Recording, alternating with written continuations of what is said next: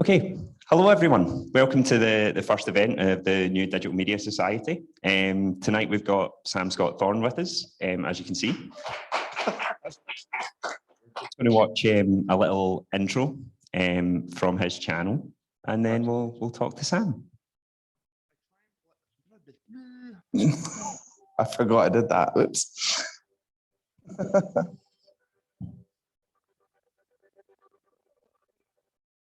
Hello, thank you for visiting my Patreon. So the chances are you'll have seen me from my YouTube channel, but just in case you've just stumbled upon this page, let me tell you a little bit about myself. My name is Sam Scott-Thorne and I am a vocal coach based in Glasgow. I like to think of the voice as a tool for exploration. It's my job as a coach to guide you vocally to places that you didn't know that you had, while supporting you to expand and improve on what you're currently working with. Through my YouTube channel, I react to established artists, both world famous and up and coming, to try and shine a light on some of the little nuances that turn a good vocal performance into a great vocal performance. I try and blend a little bit of education. That was a type of polyphonic singing. Am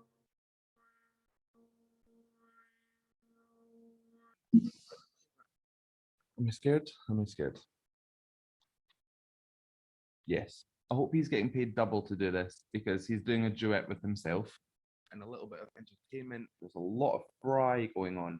Now, fry, if you were wanting to do purely the tone, think of that little ghost thing in The Grudge. You know, the ones that go, ah.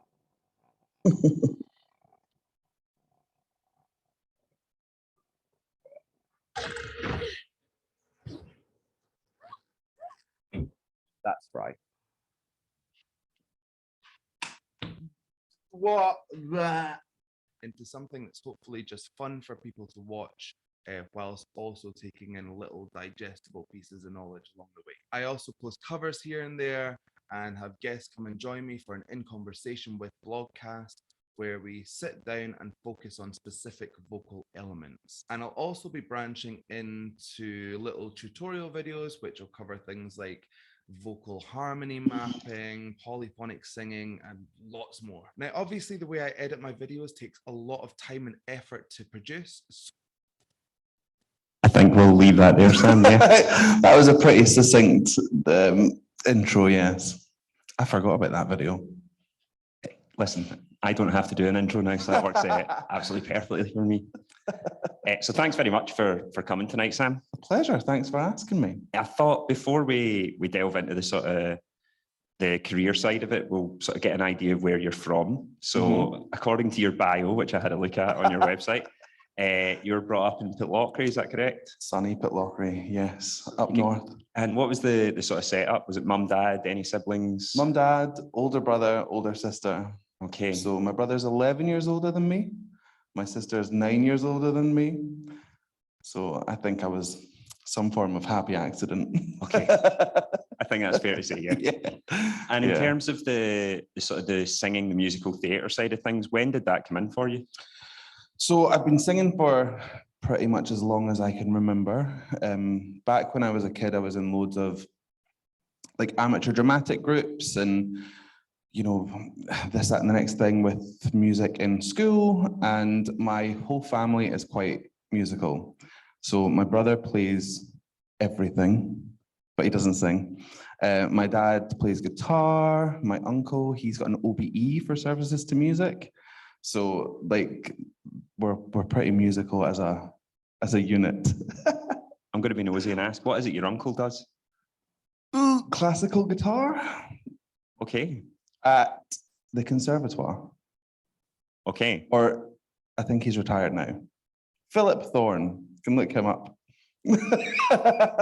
So it definitely seemed to be a family trait, the kind of the addiction to music in some form. It seems to be. It's either that or fishing. Okay. Right, okay. How's the fishing going? Good. We've got one uncle who's got a record in Ferrick's trout. Showing off a little bit tonight, I like it. Yeah, for them, not for me. Okay. In terms of so obviously the love of music was there early. Were you just taking sort of general parts in the choir and school plays, or were you really like sort of auditioning, going for lead roles, drama school? What was your teenage singing looking like? So I was a pretty typical teenager, like, don't look at me, also I'll sing. So for school roles and for dramatic things, I was in a after-school Perth Youth Theatre group, which wasn't hugely vocal focused, but it did do kind of warm-up exercises and ways to kind of use your voice. And then with like school musicals, it was very much a case of, I'm not doing that. I'm not doing that. And then I got asked to be the plant in like Little Shop of Horrors. I was like, all right. So it just kind of spiraled from there. And then when I was about 14 or so, I'd been doing singing in school, but I hadn't really made much of a thing of it at home. And then I walked through my like house, my parents' house, and I was singing, and my brother was like, do that again. And I was like, walk through the living room? And he's like, no, sing that again. So he then took me on to do this acoustic night thing. So I've been singing for money since I was about 15 in bars, pubs, clubs, whatever. And then that's kind of spiraled into vocal harmony groups, vocal units, and eventually got on to around about here. Okay, and just going off of that, what you were saying about the first gig you were doing with your brother, the career trajectory that you're talking about, obviously that's multiple different fields that you're singing in. Do you feel that happened sort of organically, as in you just love singing and all this luck keeps coming to you, or do you think you had an idea in mind once you were singing with your brother? Okay, this is something that I want to become a major part of my life. A bit of both, a heady mix of the two. I think having a direction was one thing. I knew I wanted to do something based in entertainment, and I knew that I enjoyed singing like a lot. I tried a bunch of instruments as well when I was younger. I tried violin, keyboard, guitar, bass, saxophone, and others, and various other instruments. And I found that singing came to me naturally. I was like, there's an instrument in my face. Easy, sold. That was what I wanted to do. So all of that just kind of clicked into place. And then coming from a musical family, it was one of those things of as soon as they can smell musicality on you, you're stolen. They're just like, in you come, you're in a band now. So I kind of cut my teeth basically gigging a lot. And then not really knowing what I was doing either. It was all very instinctual at first. It wasn't until I started studying vocals that I was like, oh, that's how I do it. And then that changed everything. And in terms of that transition that you're talking about, the point where effectively you're thinking about your voice as an instrument at that point, you're thinking about it in terms of technique, like taking care of your voice, etc. Do you think your voice changed at that point? It just enhanced. I wouldn't say it changed in like a hugely remarkable way, but it gave me fine control to do what I needed it to do. Whereas before it was kind of like fumbling about in the dark. Now I'm like, no, I know what I need to do to make that sound. And it was just almost like getting a passport for your voice, like, I get it. And you see a lot of different coaching styles, and some are very, I don't know what the word is, like new age, like just feel it more, just give me happiness. And they're kind of guiding you in the right place, but my whole vocal style is anatomy based. So I will teach you how to kind of hone in on a certain piece of vocal anatomy, change a tone, and then we'll kind of wrap that back into your singing. So it's kind of more giving you the tools so that then you can go away and apply it to everything, other than just like, oh, what emotion do I need for this song? You know, if you've got a new one, like that doesn't help you too much. But where if you give people like everything, all the information to do with what they will, I feel it yields better results. Okay, and I think what you're touching on there as well is that there's certainly with yourself having moved into the vocal coaching space, there's very different styles similar to any forms of teaching. There are people who have that could be more sort of understanding with that and see a blending happening, but there are others who very much draw lines and say, no, this is the correct way to coach, this is the correct way to teach your voice. When you're saying you're anatomy based, do you very much feel that it's anatomy based is correct, or are you looking to sort of other forms of coaching to enhance your own coaching? Oh, right, okay. I need to try and watch what I say here.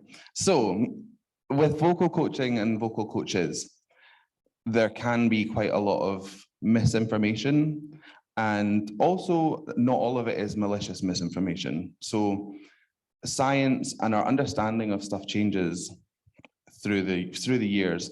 A lot of people stick to very rigid old bases of teaching singing, which a lot of it is still applicable, but some of it just doesn't really make sense. Like if you were to say, for example, breathe into your belly, like you can't, your belly doesn't have any lungs. So like for me, I'm like that, I would teach you why you feel like you're breathing into your belly. And then if you hear that again, you'll know what that means. And then you'll know how to control diaphragmatic breathing, for example, rather than a clavicle breath. There's also people that are quite rigid in certain styles. So they will think anything that's harsh vocal, for example, like metal or anything that's out with their scope of knowledge is dangerous, their voice won't last, it's a bad way of singing, it's unhealthy or whatever. But unless you work with them, you wouldn't know, unless you kind of were with them day to day and found out what problems they were facing and what they wanted to work on. We shouldn't really be approaching stuff with like I would call it an aesthetic bias. So I tend to just choose vocal anatomy. If you watch videos on my channel, I don't tend to give my opinion on stuff very much. Like I'm like, this is the best singer in the world, and I think this is amazing. I'll like pause and I'll be like, that's arytenoid rattle, exciting, or that's this or that's that, and you can be the judge of what it is that you like or what you don't like. I'm just teaching you what they're doing. So yes. There is different styles of teaching, and some I feel aren't very helpful. There's also vocal coaches that will say things that just wind me up personally. So there's one, and they are very, very, very popular on YouTube, and had to pull a video because it was about Adele's voice, specifically how she'd lost her voice because she'd lost weight. And the whole video is just a rammy. It was just like, oh, like crying and being dead over the top and saying how it had completely ruined her voice. And she said something that really stuck with me. She said, I saw a picture of Adele and I knew she'd lost her voice. And I was like, how could you possibly know that? So there are these things that we need as coaches to be very careful of. And one, I think, is aesthetic bias, not letting your opinion of what you like and the way that you would sing something kind of bleed into what you're teaching your students. If that makes sense? No, I get you entirely. I think you're actually touching on a couple of interesting points there, and sort of moving into, I mean, let's be honest, we're talking about digital vocal coaches specifically here. It's mainly the sort of YouTube vocal coach scene that we're talking about, right? And I think one thing that's interesting is the way you're describing it, it almost sounds like the difference between sports punditry and technical breakdown, except in your case, it's the voice, right? So you have some people who go, oh, it's great to support a team and isn't Man U fun and Wayne Rooney way, right? And all that kind of stuff. Yeah, and then you sport. But on other channels, what you will get is people who give you detailed analysis of what's actually happening. Sure, yeah. Those people barely have an opinion because they're just doing technique. From what you're saying, it strikes me that even though, and I've watched your videos, I know you get quite exuberant and you get very excited by certain sort of technical flourishes, but you also are very much analysing the technique rather than the artist. Would that be fair to say? Yes, yeah, totally. And that's probably why, like, my channel is a very, very broad church. It's got bits of everything. I'm in the Philippines one day, and then I'm in America, and then I'm in China, and then I'm in like Mongolia. I listen to anything, provided that it's interesting. And I never listen to stuff before I sit down to watch them, because I can't lie. I can't go, oh wow, like my face will just tell on me. So I genuinely go into them all blind. There's been some. Do you know there was one? This is completely off topic. You had messaged me about watching someone, and I did, but I never put the video out because my tea bag burst. and it went in all my mouth and I didn't know. So I had this like big face full of tea leaves, so that got scrapped.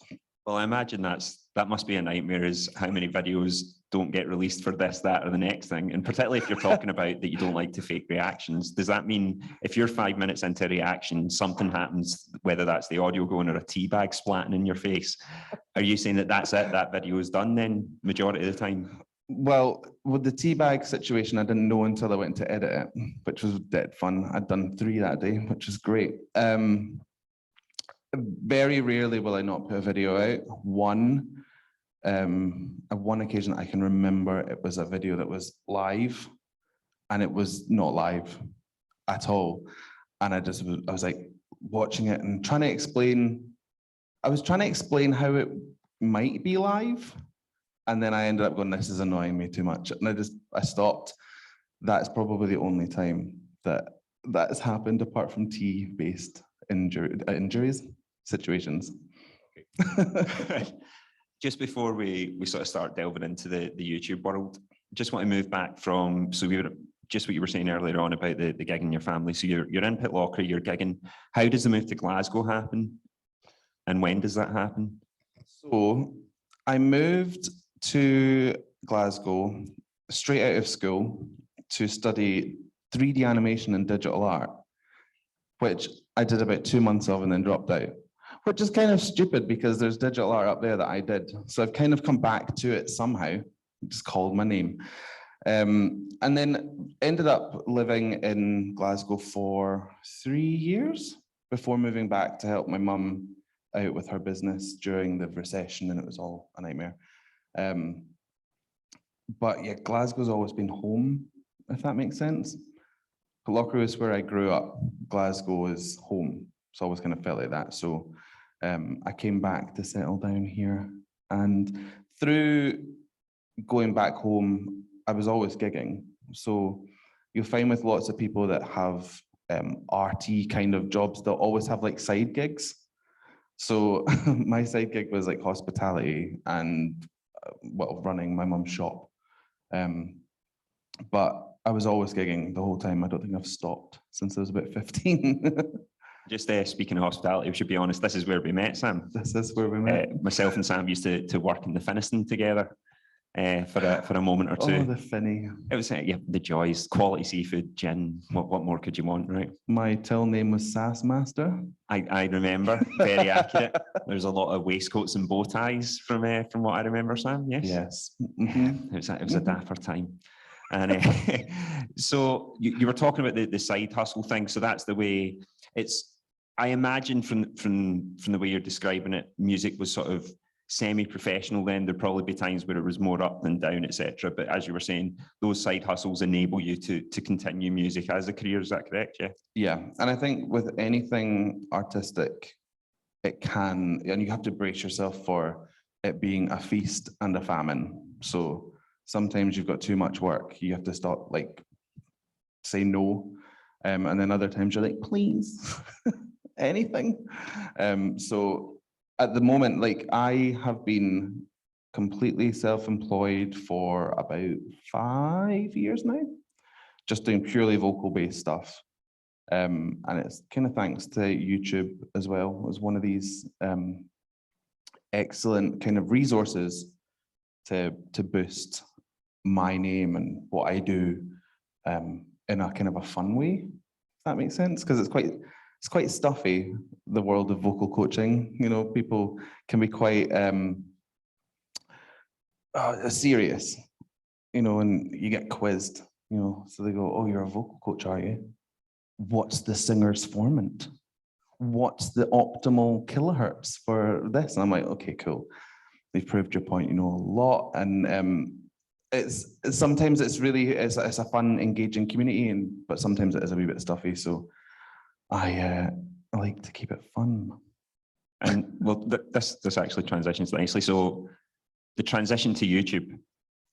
So you're gigging, you're doing the vocal coaching, you're doing, we should say as well, choir mastering you've done as well. Yes, the choir was based on, or it wasn't based on, it was for isolation and loneliness for people in Glasgow. So they were kind of patrons of a charity. So it was really nice. It kind of had this overarching feeling of purpose at the same time as just being fun. But it was a amateur level choir, anyone could join, and I would record the parts separately with my voice that sounded grim, and would teach everyone their parts. But it was very loose and nice and kind of organic. So, well, when you're talking there about recording all the separate parts yourself, did you do the choir mastering before you started YouTube? Yes, just. Yeah, it all kind of kicked off around about the same time, I think. Well, I'm putting two and two together here, but it sounds like you're having to use sort of software quite a bit before you're doing YouTube, where particularly if you're recording multiple parts, you're having to do editing. This is effectively music production at home that you're doing, self-production, right? And using music software. Do you think that led you to YouTube in some part, or do you think that the two are completely separate? I think having a kind of a competency with software and digital media was very, very necessary. So whatever it was I was going to end up doing, I knew that I needed to be able to do all that stuff. So whether I was editing music videos for stuff that I was doing, or whether I was editing in multiple tracks of vocals for teaching other people, I always knew that I would need some form of understanding of what I was doing. That being said, I am totally self-taught with it all. So you could probably find somebody that would be like, he does it that way. Like, why? You can press one button and it does it all. But I've found my way around it. So, yeah.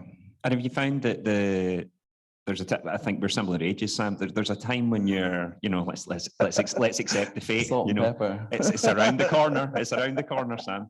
There's a time where you're on the zeitgeist in terms of understanding social media, the internet, several platforms, even YouTube to a certain extent. But obviously, these are constantly developing platforms. Do you find that when you were talking earlier on about the software you were using and the fact that you were so software reliant, has it been, is there a challenge in keeping up to date with the way that the platforms are moving, be it YouTube, be it social media, and be it even music software itself? Yes and no, depending on what it is that you're trying to achieve. So if you take my YouTube videos, for example, they have a kind of a formula. So I can stick to that, and I could probably coast on that for however long the YouTube channel goes.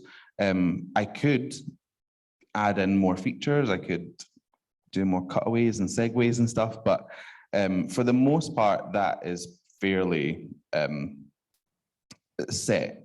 If you think of things like TikTok, though, what started off, in my opinion, quite organically on TikTok has now kind of, if you take the music part of it, it's transformed into people with SM57s. Do you know what that mic is? That huge big one. They kind of wander about with it like it's live, and it's the most produced thing I've ever heard in my life. And then there's just comments like, "Oh my God, you sound so good live." So there's that, like, there's this wave, I feel, of it's not disinformation because they're not professing for it to be live, but it's almost like, do you know how there was like a pushback on models in Photoshop, and they were like, you have to tell people that you're putting extra hair on that person, or you have to tell people that those eyelashes have been stretched to within an inch of their life. I kind of feel like music's going to go that way, or I hope it is, because my kind of duty now is to people that want to emulate these folk. And one of the hard truths is you don't sound like that person because that person doesn't sound like that person. They have producers and they have audio editing software and they have Melodyne and they have this, that, and the next thing that aren't ever taken into consideration. So I kind of have to make sure that I know the trends of where music's going digitally in order to then effectively guide my students into a place of that doesn't sound like that, but I can certainly work on the tone with you, if that makes sense. No, yeah, entirely. And to be honest, we're getting to the meat of the discussion just now, which is analog versus digital. So, because the problem is, whilst I think there's merit to a lot of what you're saying, there's a danger in becoming an old fuddy-duddy with it as well, right? Yeah, I get it. I get it. And it's that thing of you don't want to be, you know, you don't want to be putting on a vinyl of Aretha Franklin singing in a church in the mid-60s and be like, this is it, this is perfection. Yeah. And then discounting everything that happens now because it's digital. Totally. Yeah, that's a very important caveat to have. I don't want to come across as like a fun sponge for people. That's very, you know, very important. It's only ever to bring things back to a place of it is achievable, but it's achievable this way, you know. One good thing though is, and it's a really weird backwards thing, but singing I feel has improved because these kids aren't aware that a lot of this is done digitally. So they're replicating digital voices. There's a girl that can backwards yodel. I don't know if you've, so yodeling's going chest to head voice. She does it the other way around and she sounds auto-tuned. So people didn't believe that it was her voice, but she was just doing it with her voice. She's like, that's what I heard. That's what I emulated. So I think as the kind of technology evolves, as long as we're not aware that it's happening, we can kind of organically emulate these things, which is quite exciting. Well, you get things, there's a, I'm forgetting the gentleman's name. I think it's AR365, I think is his name. I've probably got that quite wrong. Right? He's that's his name. He recently did a track with FKA Twigs, but he's squeak rapping. I don't know if you've heard about this. No. And it's like this unbelievably high chipmunk tone, like extraordinarily high to the point where it sounds completely digital. And he's had to do live performance of it to prove that no, this is how I sound and this is what I'm hearing, etc. So I think there's where it's going, yeah. Yeah, new colours in the palette is definitely true. Mm-hmm. Just before we move off of this, where do you stand then on something like auto-tune, for example? Like, because there's obviously someone like Kanye West is the obvious example where he's using it as an instrument, and it certainly dramatically changed his sound in the middle of his career. But there are others that, Metallica being an obvious example, where it's just to make you sound pretty and on pitch, you know. So I've got many different opinions on autotune. One is that it's in more places than you think. So, for example, live performances, you'll hear a live performance go out, and then you'll get it uploaded to YouTube, or you'll see a repeat of that performance, and it sounds better. Now, half the time it's because they've tuned it. Half the time it's because they've gone back in and re-recorded the vocals. And sometimes this happens before it goes out in the first instance. So you can live tune things as well. So essentially, you're giving off the idea that you are able to hit those notes in real time, but you're not, you're being tuned in real time. But I think it's a useful tool for loads of different things, like that kind of slippery metallic sound, like Cher or T-Pain, like it's quite clearly an effect. So that's that to me doesn't fall under the idea of trying to like hoodwink anybody into pretending you can sing like that. Although I did do a video where people thought that effect was done by a real voice, and I had to go through like hours of Philippine interviews in Tagalog to find out what this person had used, just so that I could reply and go, no, it is auto-tune, and that's fine. You know, that's perfectly okay, but some folk don't want to accept that maybe their favorite singers have a little bit of polish. And do you think that bit of polish you're talking about, do you think that's everywhere? Do you think we're unaware of it? So in our heads, the obvious example just now is Adele, right? Where most people, myself included, buy into the stereotype, true or not, that Adele is this tremendous singer with a great set of pipes, and it's all real when she's singing live. That is her live. Do you think we're naive? Is this like sort of steroids in sports where it's like it's all happening underneath and we just have no idea? Not necessarily. I think you will still find people that have a raw approach to singing, and you know, even still they'll have reverb on the mic and they'll have things to like EQ out certain tones and create a more balanced product. But with that being said, I've heard lots of people talk about Adele like she's losing her voice, not this other coach, but just people saying, oh, sounds weird. her voice sounds weird on that new track. And I'm like, that's because it's not overproduced. You're hearing breath noise, you're hearing texture, you're hearing all this stuff that usually is flattened out, but you're getting a bit more of her. So it's funny you pick that example, because Adele's one of the few folk that I would be like, I'm pretty sure that's legit. And you're also touching on probably a lack of compression as well, because of the size of star she is now. She can probably get it whatever way she wants it. And exactly as you said, if this is a raw record and she wants it raw in every way, yeah, she can probably have it that way. Well, they'd go in with like an acoustic guitar and a mic up there, she said. So it's up to her. So just going back to the YouTube channel. So it was around, only because I could ramble on at you for about 2 hours about that stuff. So it's about 5 years ago, and you've done a little bit of the choir mastering with the music software, and then you decide to start the YouTube channel. What is it that makes you decide to start it? Was it in the back of your mind for a while, or was it very much sort of done on a whim? So I had been studying vocals for a while, and then I stumbled upon this strange little corner of the internet called Vocal Coach Reacts. So reactors are people that watch videos.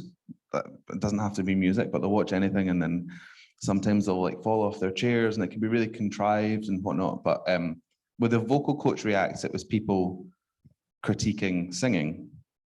So I was watching a few, and I thought, oh, they're not mentioning that or that or that or that or that or that or that. They're just saying that's good 8 different ways, you know? Oh, I love that. That's called singing. And I'm like, tell them something. So I started doing videos, and I thought an interesting way to do it would be to break it down into like vocal styles.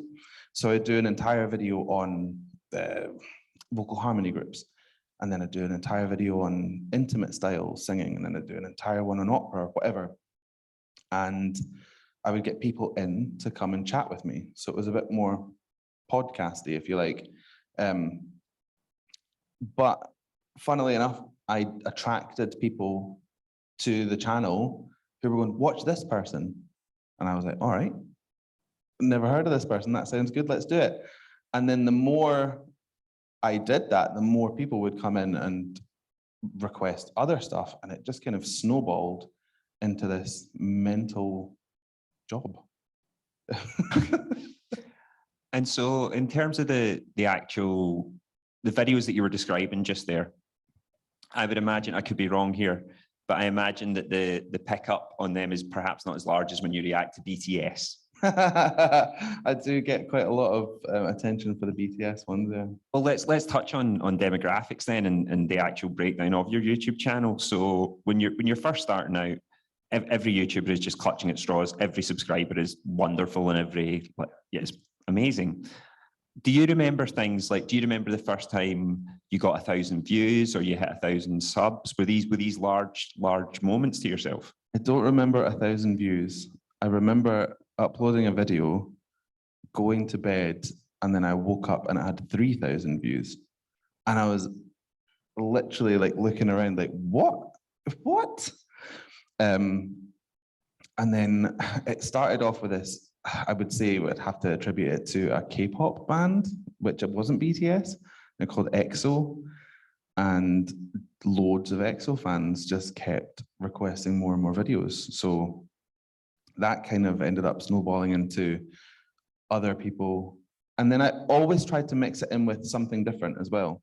So you'll find with a lot of other channels is they'll focus on one thing. So they'll choose musical theatre, and that's all they'll do, or they'll choose rock, and that's all they'll do, or pop. I have no rhyme or reason. So I feel like I'm going around like sweeping up tiny communities like as I go. But my audience have kind of changed over time because of the kind of people that I cover. So it's really funny that BTS fans call themselves ARMY. So I've got that ARMY, but then there's a metal band called Nightwish, and they're called ARMY. So I've got 2 armies, which is great fun. And then you'll see that top video for this month. Her name's Dolce Pontes. She does fado, which is Portuguese music. So there's loads of Portuguese people that have found my channel. That one's really interesting because someone asked me to do it. And I said, okay, fine. And you can see at the beginning, look how long, no one watched that video.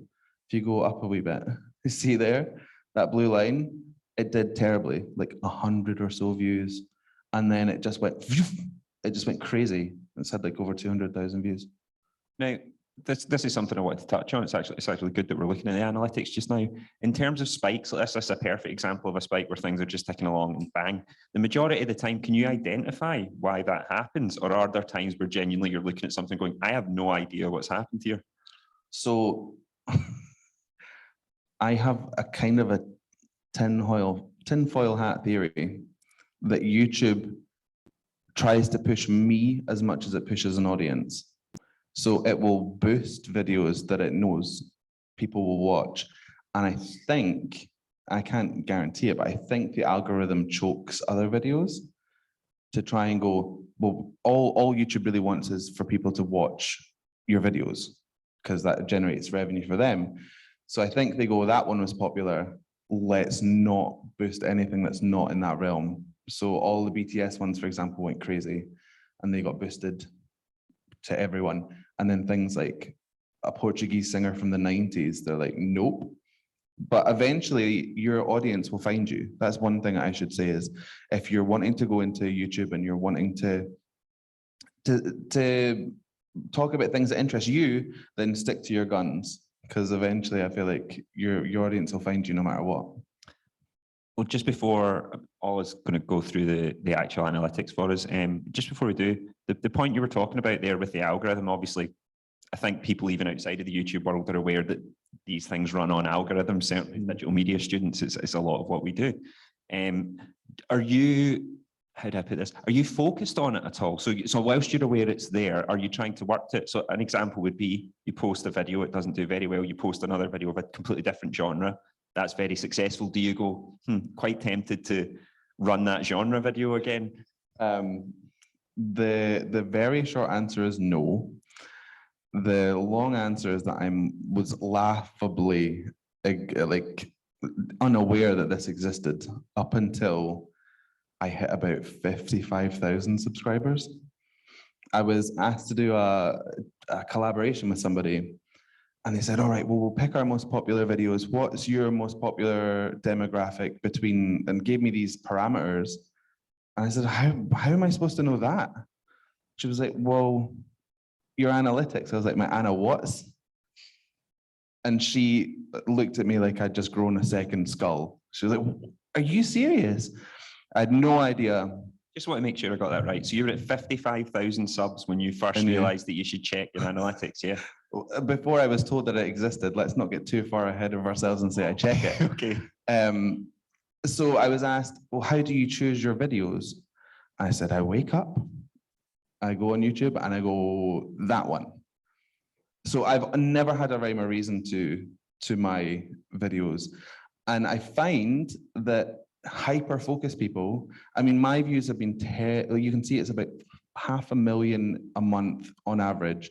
It's been a lot less because of the past few months I've had COVID, so my channel's kind of dipped by the wayside, and then obviously gigging and stuff's picked up. Everyone else has got COVID, so I've been covering a lot of people, so my channel's kind of just had to take a little bit of a backseat for a while.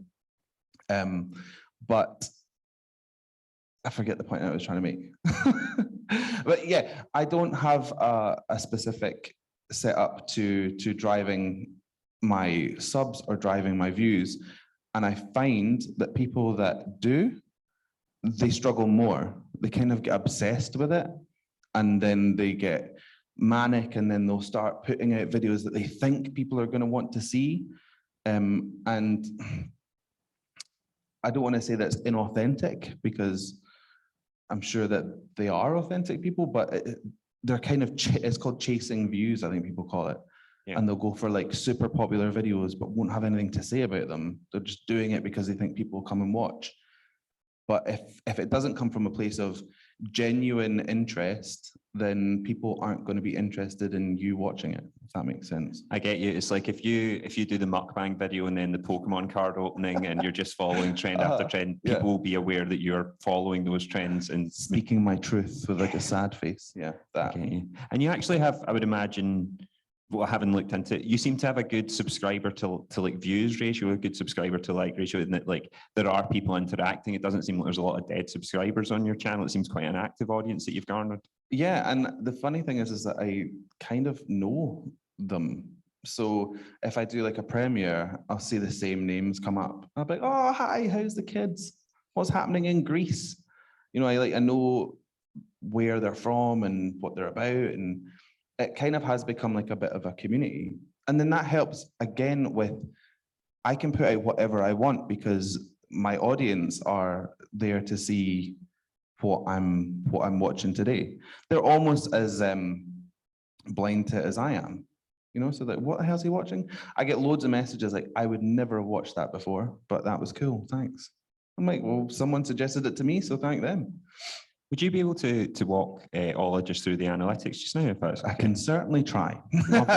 Right, so this is the analytics page, which a lot of people will kind of base their entire structure on.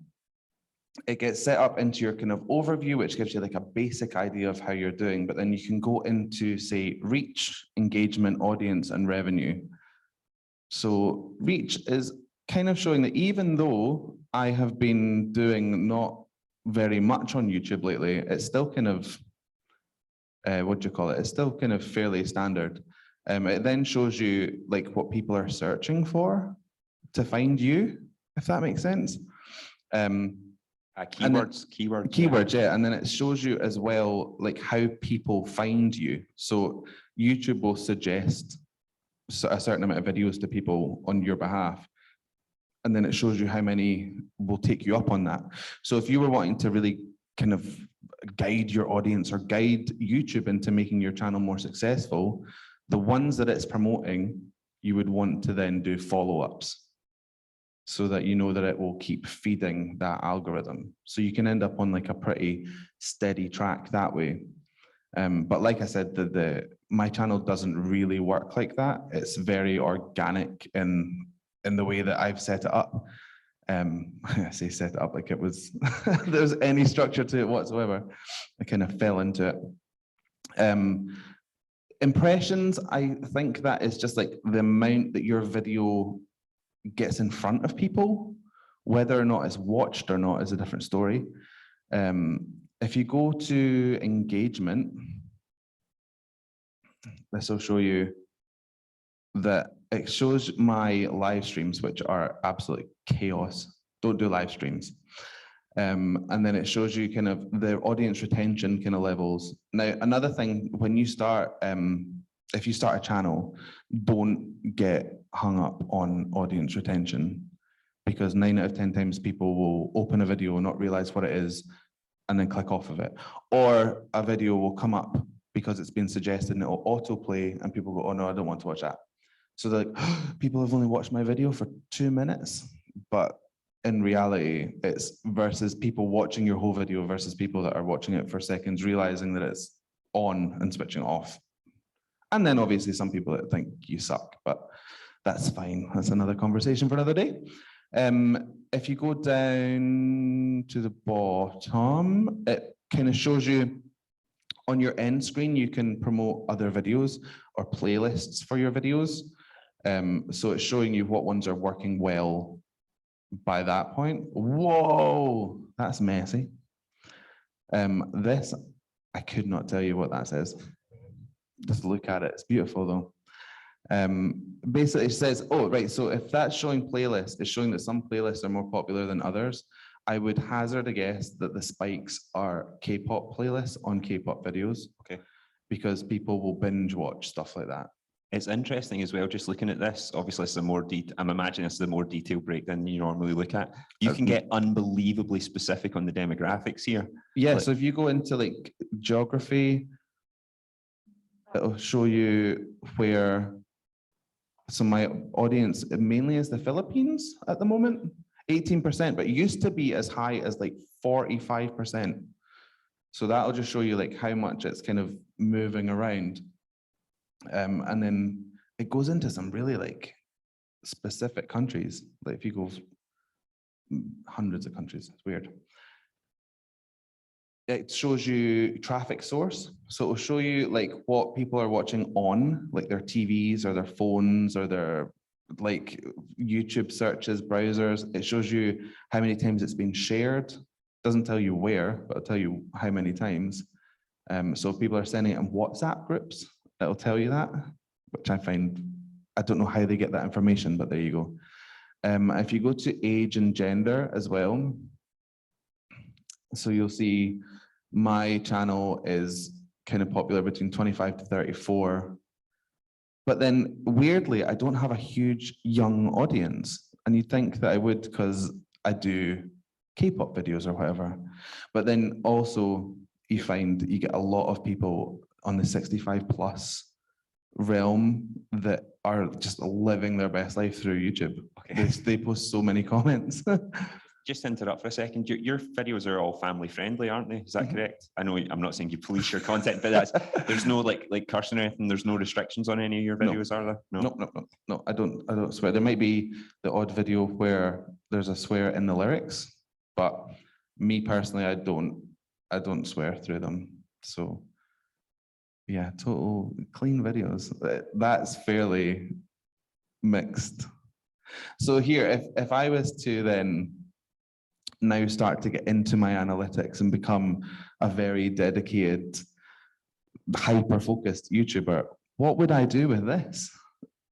You know, the way that my channel has come about is very organic and it does feel very broad churchy. So I don't have a specific place to focus on, if that makes sense, which is quite nice because it takes the heat off of me. I don't feel like I'm constantly having to think of my next move. I'm just doing my thing and it's half and half and all over the place. What you're describing is a healthy attitude, basically, right? Like it's the one where you're not allowing it to consume your life. What I would say as someone from the outside looking in is like the first thing I thought when you were talking about organically is like, know your metadata. Why do you not know your metadata, Sam? Right? But like you can see how people could become obsessed with this kind of stuff very, very quickly and not only be chasing getting your channel more popular, but be like, oh, I want to get this specific part of it more popular because then there will be a domino effect. And actually, while to a certain extent, the freedom of information is excellent, like from YouTube, there's probably a danger in it, similar to the sort of the mental health dangers of social media, where YouTubers could become absolutely obsessed with trying to, yeah. And they do. I don't know what type of personalities you'll have, but if you were to post something on social media and then constantly check its likes, how's that doing? Oh, that's not doing well. People don't like me.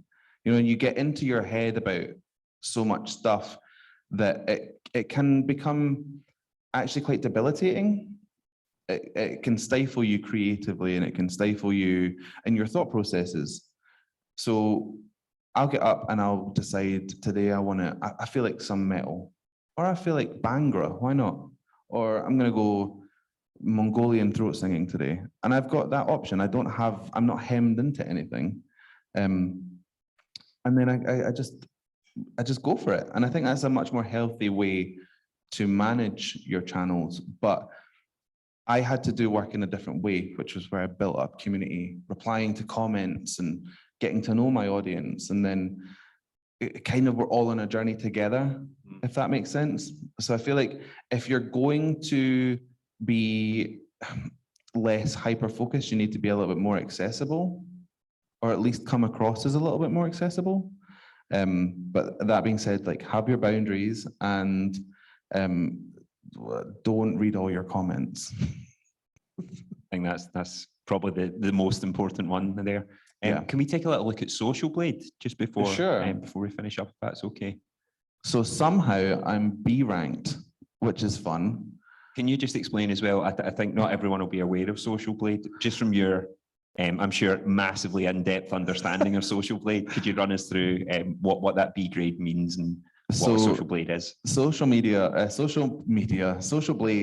is a website that basically collates data of social media accounts and then will rank them based on their peers and country rank and videos and whatever. And it assigns you a grade based on loads of different factors. So not necessarily just how many subs you have or how much views you have, but it takes into account engagement, the amount of likes your videos get, the amount of retention that it has, your trajectory. It takes all of these things into account. So, you know, I could have had 3,000 subscribers and still been grade B. It's not about having mountains of people, but it's a good tool to kind of check in on yourself, but like almost like a little bit detached. Sometimes I look at it, I'm like, I'm earning that much. That's cool. But I don't, I use it very, very limited. Like I don't tend to get hung up on that either. That's great. Thank you, Ola. Just, I suppose, the question that comes to mind for me, Sam, is the part where you say you're self-employed now, and you have been for 5 years, and obviously you have a family, you have a wife, you have children, and that you're definitely relying on music now as your career, which is great, right? Obviously, the more money you're making from YouTube, the better. So as it becomes more successful, that's great. How do you find that balance then of being a sort of, you know, a provider for your family with, I'm not going to play into the YouTube game and I'm just going to be I'm going to be happy at the level I am, and if it gets bigger, that's okay? So this is another thing that's an interesting thing that's almost specific to people that react to stuff, is that you don't earn a huge amount of money off of your ad revenue, because a lot of the time you put something up and it's recognized as somebody else's music and they'll claim it. So your ad revenue, even though adverts play, will go to the record label rather than you. Some don't, some they'll share revenue, some you'll get the revenue for. So I tend to get most of my money from people watching my videos going, he knows what he's talking about, and then they'll come for lessons. So it's kind of feeds, one thing is feeding the other. And then obviously I've got Patreon, so I've got people that kind of sign up, and I've got like extra videos, extra content with actual detailed breakdowns of how vocals work and scientific like stills and things, so people can really get into the nitty-gritty of what I'm talking about, if they're that way inclined. But yeah, the revenue on watching other people doing their thing is potentially not the best model to make money from, unless you've got something there to capitalize on, if that makes sense. Well, that it'd be quite nice. I don't want to get into numbers at all, but what would be nice is like a sort of percentage breakdown of that split between how much you make from YouTube, how much you make from Patreon, and how much you make from lessons. Where's the largest quantity of sort of revenue coming? So my largest amount of revenue is session singing first, and voiceover stuff. Coaching is a close second. Patreon, it just ticks over. I don't really pay attention to it, apart from that I can chat to folk. And YouTube is up and down. So there's some months I'll make well over £1,000 from just posting like a couple of videos a week. That's what, 8 videos or something? And you think, wow.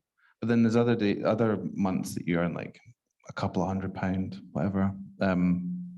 So it's a complete beast of its own. But if you're doing, say, vlogs and people are coming just to see you, then you stand to make a lot more, obviously, because your audience is completely focused to you.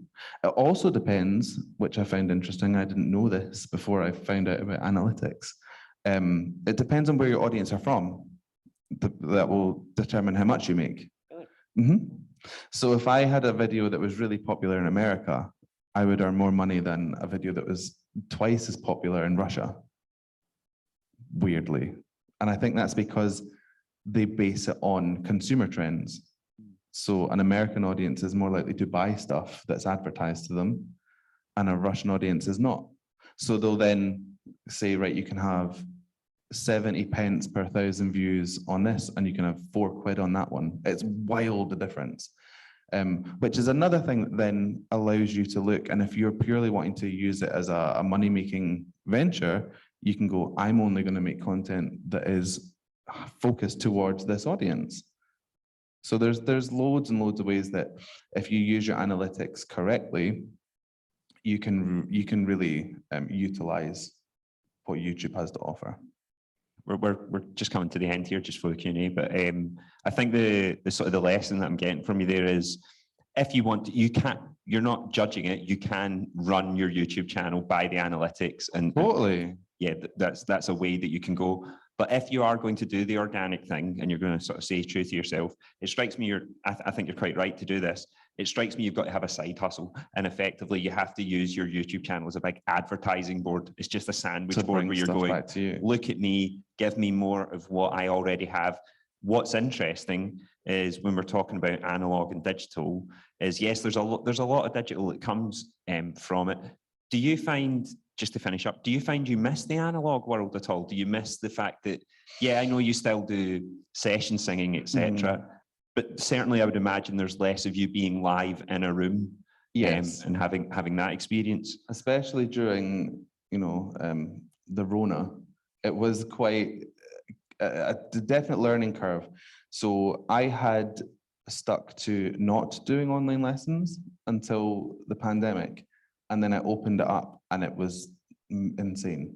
So I ended up teaching to people in China, Japan, Russia, America, all over Europe. And I was like, these people have been here the whole time, but I've just not thought to open up that business model to them. So I enjoy the fact that it's so much more connective. Like, I could be anywhere at any time, and I have utilized it, and I've taught all over the world in a strange way. But there's not really a substitute for being in the room with somebody and hearing folk.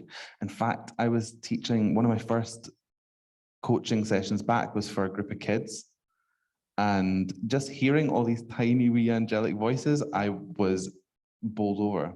It was actually emotional. It was weird, because I'm not a hugely emotional person. No, listen, I sang in a choir, and I had exactly the same thing, which was the first time being in a building for a year and a half and hearing 50 voices. It's visceral. It's truly, it's emotive. It's powerful, quite overwhelming, actually, if you're honest. Proper, yeah. Yeah. Anyway, I think I'll leave that there. If anyone has a question for Sam, yes, no, yes. Cube, which There's is a fun. cube which we can throw to you if you have a question. There we go, Sam. Oh my God, I'm going to launch this. Can I launch it to you? Because I don't want to knock that pen. That's fun. I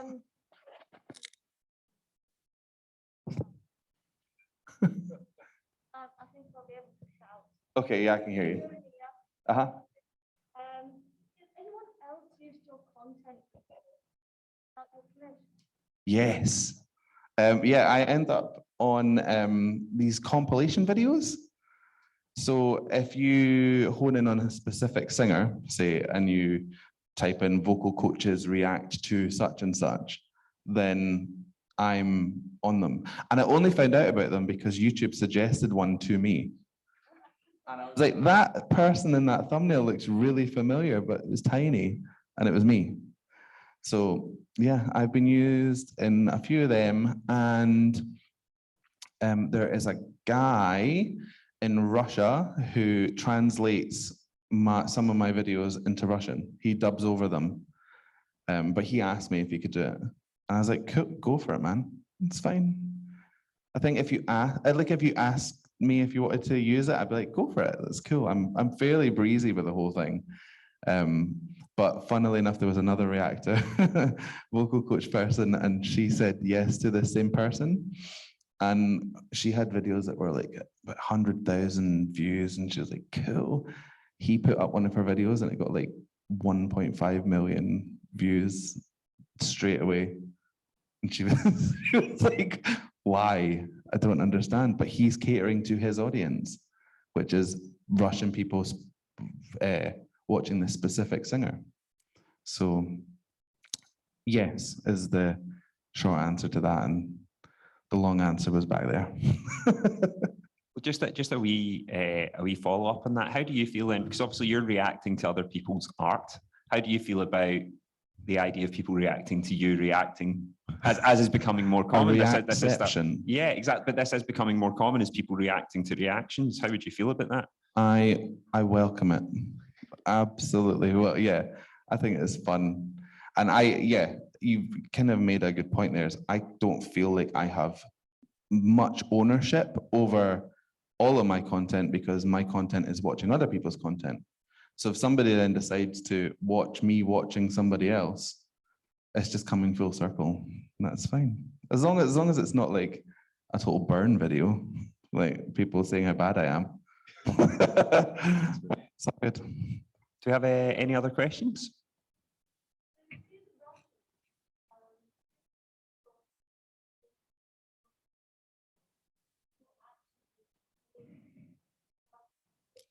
I would just send him a message saying, well done. Yeah, I wouldn't feel that I had any right to that, because if I've given him permission, then you can't give permission on a caveat, but if it does well, I want something. The way that I see it is that he has tapped into an audience that I don't have anyway.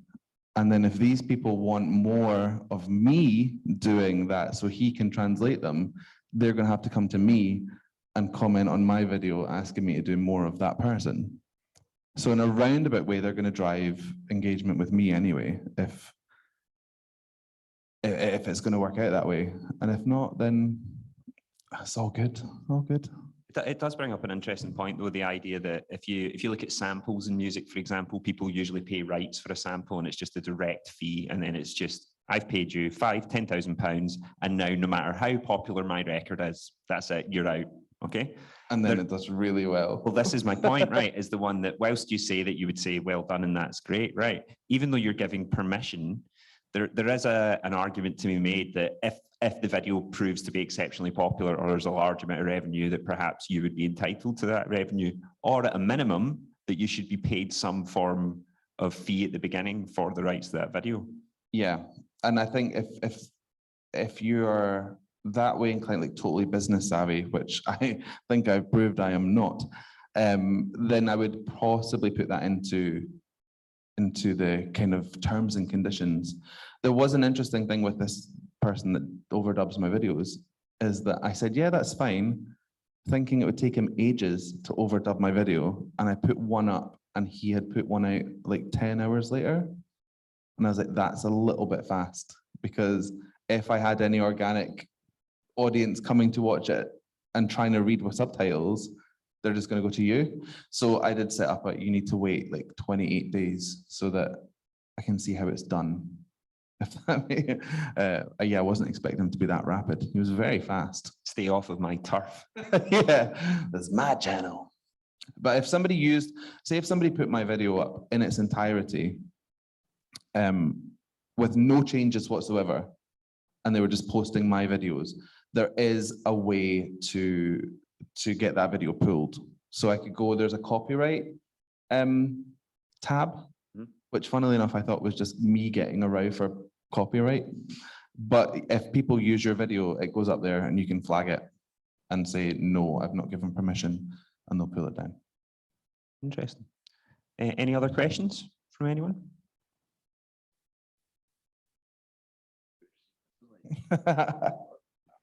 It should work. I think you can speak like.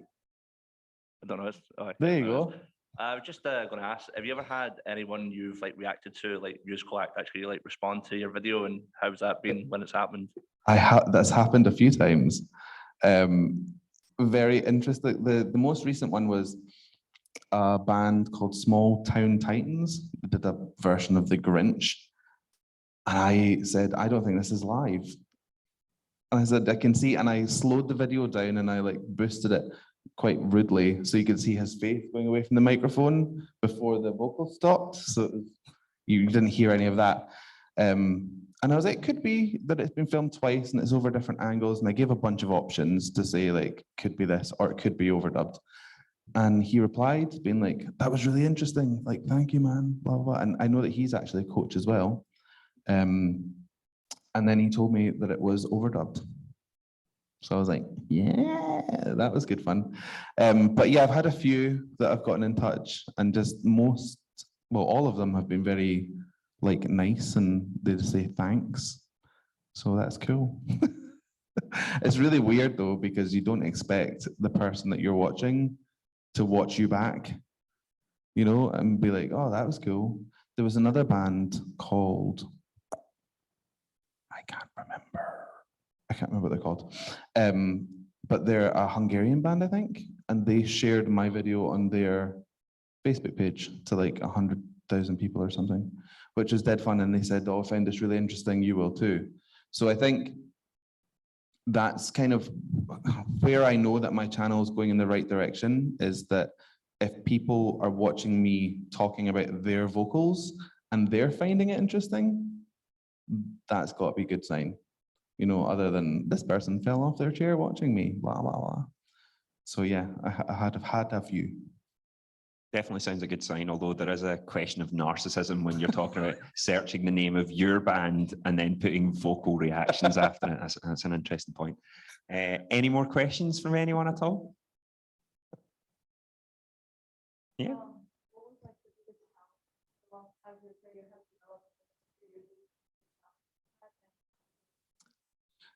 So with singing, I've had a few different challenges. So I've had like medical challenges, spinal issues and stuff, which I've had to kind of overcome.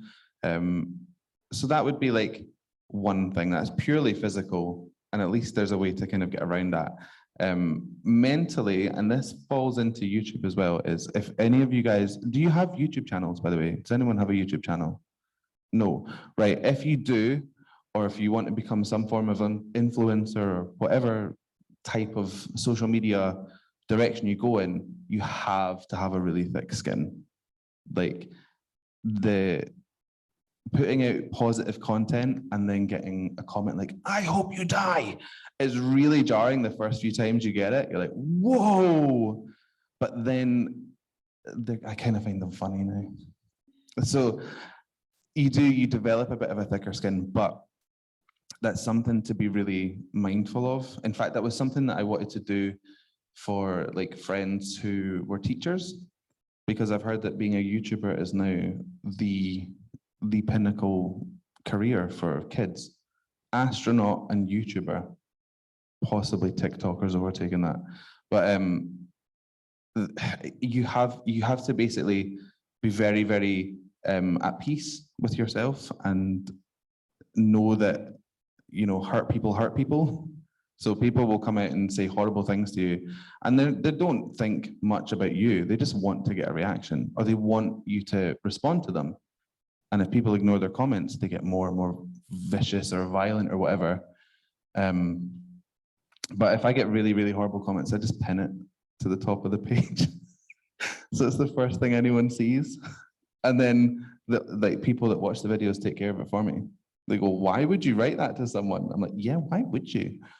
It's great fun. I think as well, you're quite lucky in that being older, having the stability of the family unit, it makes these things easier to deal with. But I imagine if you were 18, 19 and your YouTube channel exploded, it must blow your mind the level of hate that will come towards you. I know there's obviously like revenue, etc., but I think certainly this new digital world that we find ourselves in, there's an enormous danger for young people, and there's a desperation of look at me, look at me, look at me. And as soon as people are looking at me, you feel like, don't say anything nasty. Yeah. Please don't say anything nasty or I'm going to break. And it's like, is YouTube or even Facebook, Instagram, are these the places for them? Are they safe? I know it sounds like a very broad question, but it is a fair question. I think that it's an absolute minefield. I don't think there's enough protections in place, but then I also don't know how you would set those protections up. I don't know if there is a way to police human beings. We're designed to try and get some form of connection. Now, most of the time people will try and get like a decent, nice connection. I love your stuff, blah, blah, blah. And they want like someone to go, thank you. Like, that's made my day. If they don't get that, sometimes it gets more and more horrific. Some people will be like crazy fans. I don't want to say crazy fans, very intense fans. And I've had emails from people saying that they're lawyers and that I need to take my video down because that singer was live. And I'm like, cool, okay. Like, no, though. But yeah, there's a certain kind of layer that I feel could be added in, where it's easier just to buffer people out.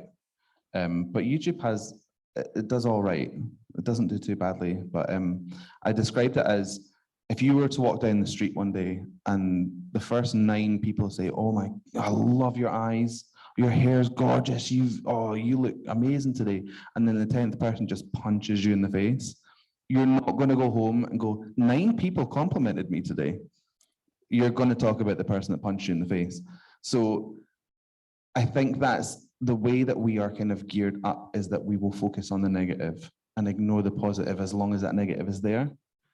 My whole mantra now is what other people think of me is none of my business. They'll try and tell me occasionally, but I need to remember that 99% of my audience is enjoying it and not sweat the few that aren't. And there's the horrible crux of the fact that to see the enjoyable, loving comments that you have from fans, genuine fans, you have to wade through the mire, right? There's no way to get to them without doing that, right?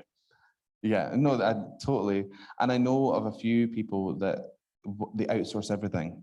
So they'll outsource people, they're editing their videos, and they'll outsource people reading their comments because they don't want anything to do with it. They want to just do the job and then generate whatever it is they're generating. Me personally, I never set out for it to go that crazy, like silver plaque on the wall type channel. So I edit all my videos. I am the only person with access to my channel. I'm the person that responds to every comment. So it's obviously quite difficult to keep up with it at times, but it just feeds into the fact that it's me. If you're on my channel and you're commenting on my stuff, it's me you get, rather than whoever I've decided to give access to reply to you. So I think it's almost like an unspoken thing. People know that, if that makes sense. Excellent. Any more questions at all?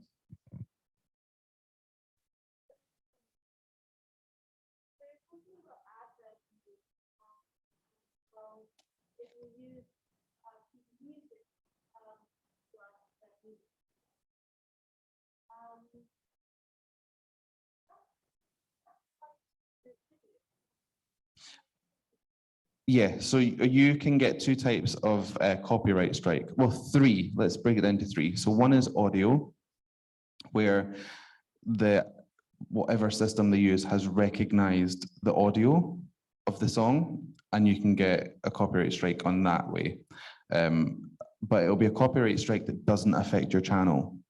So you just can't monetize it. They monetize it for you, but it still goes up. There is video. So they got little icons. There's a musical note or there's a camera. The camera is video. So if it's recognized the video of like a live performance or a music video, then whoever was involved in that will take the revenue from that. But again, it can still be this does not affect your channel. There's other ones where, and I'd say they're quite heavy-handed. They'll copyright claim your video, and that's a strike. And when you get 3, your channel gets deleted, no questions, which is terrifying.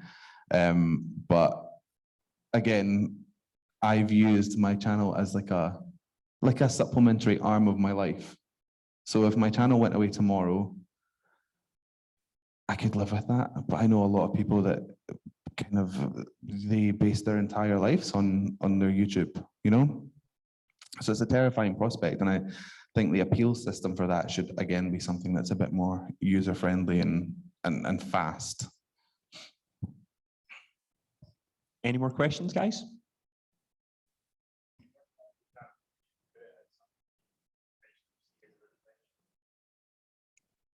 No, like not at all. There was as big a surprise to me as it was to anybody else, which was kind of a treat in its own way. Because I was like, whoa, people are watching these.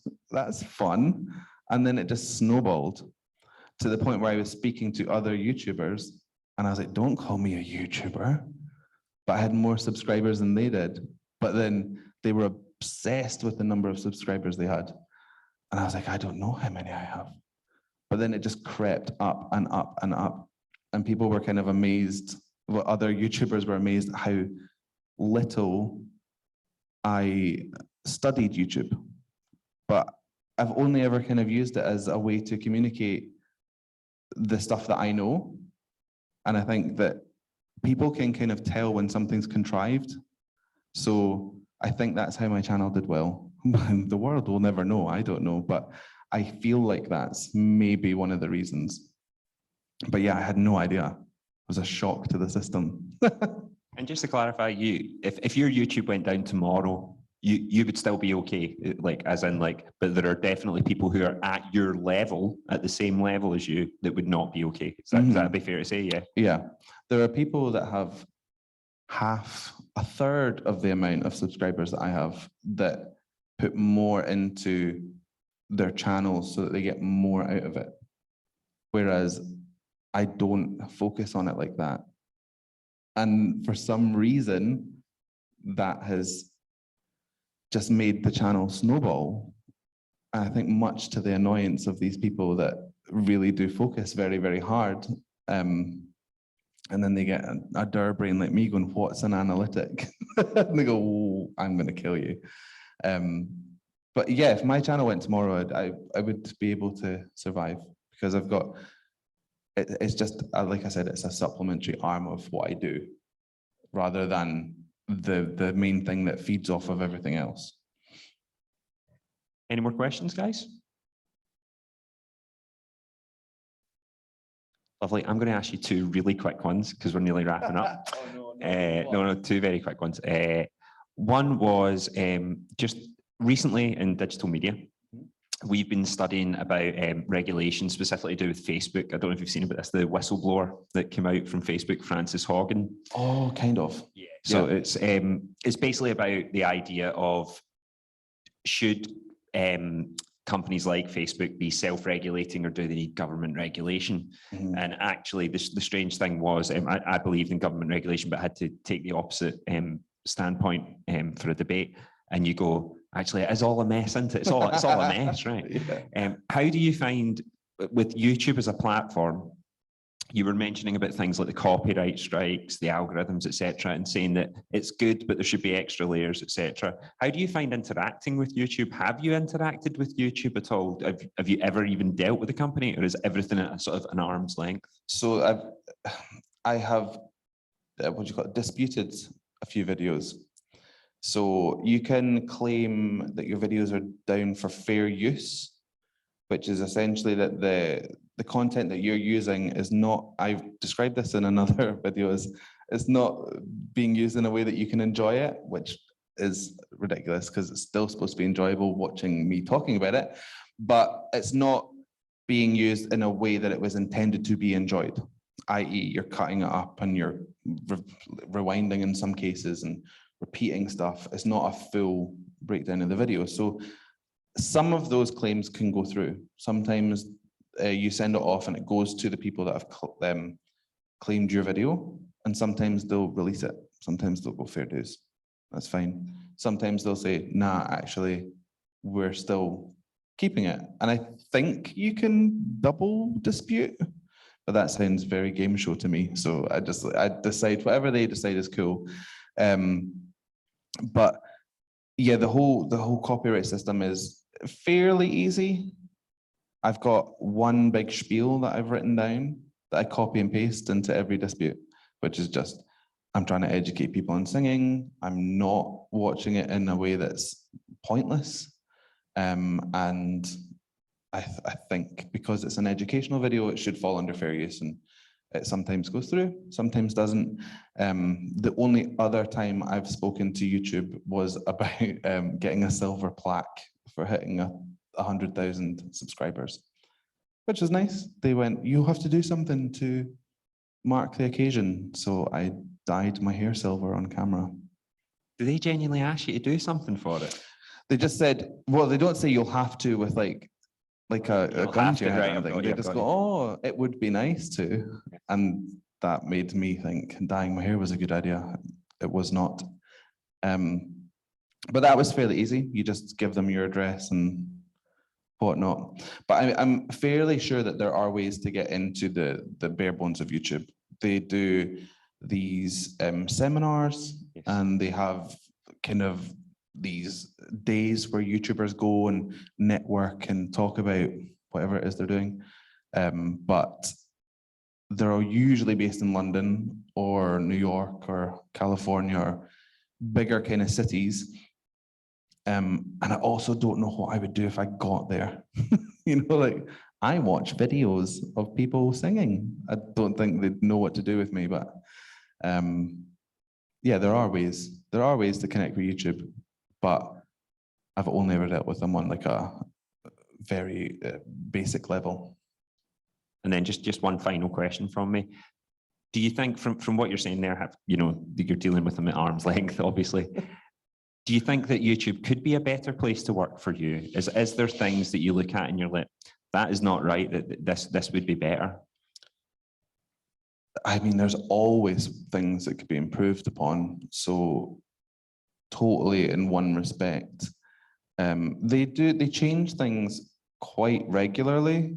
So now, for example, this is just one small thing. When you upload a video, before you publish it, it tells you whether it's gotten through a copyright check. Whereas before you would put the video up and then 10 minutes later it would get pulled down, which is really irritating. But yeah, there's always ways that you can work more in keeping with the website. One thing I will say, and this kind of goes for like being self-employed anyway, or if you're involved in any kind of artistic sector, is it has limitless potential dependent on how much you want to put into it. So if I really put my nose to the grindstone, I could triple my subscribers within a year, easy. But you have to balance that out with real life, you know? And my videos are filmed, and you can see in that top corner, they're filmed in my front room by my window. So there's like my fireplace in the background and everything. You've got other folks that have like a dedicated reaction room, for example, but I have to like kick my family out the flat, like, get out, I've got to record, and pulling the tables out and setting everything up, and it's an absolute faff. So there's so many ways I could streamline it, but you know, life's for living. We'll leave it on that note. That's an excellent note to leave it on. Guys, can you join me in thanking Sam for coming in? Thank you very much. And we're going to Brell after this for a drink if anyone wants to join us. Yes. Yes. Thanks very much, everyone. Thanks, Sam.